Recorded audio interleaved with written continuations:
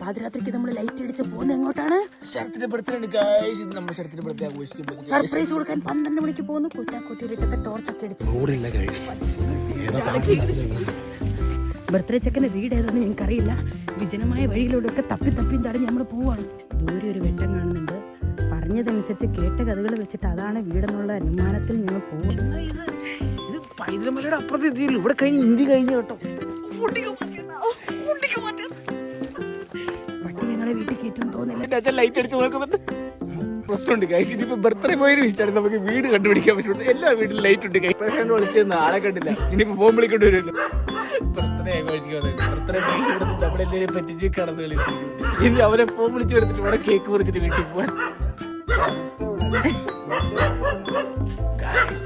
സമയം ഇപ്പോ ബർത്ത്ഡേ പോയി തപ്പി നിൽക്കുകയാണ്.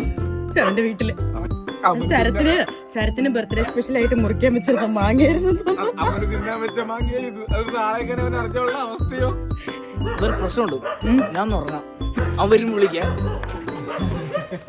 വയ്യ നല്ല ക്ഷീണം. ഈ അന്നത്തെ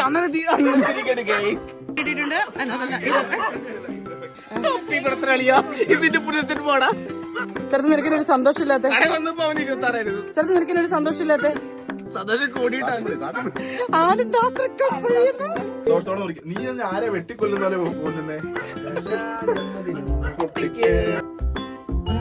ചെറിയ പ്രശ്നമുണ്ട്. പൊട്ടേക്കുള്ള സാധനം പൊട്ടിച്ചില്ല. ഒരു 5 മിനിറ്റ് നിൽക്കാമോ എങ്കിലും ഒന്നും പൊട്ടിച്ചിട്ട് കേക്ക് മുറിക്കാതെ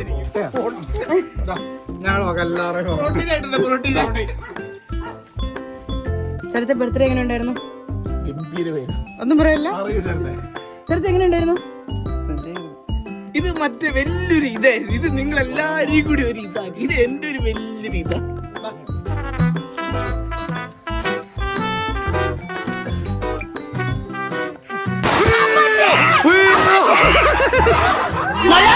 പട്ടി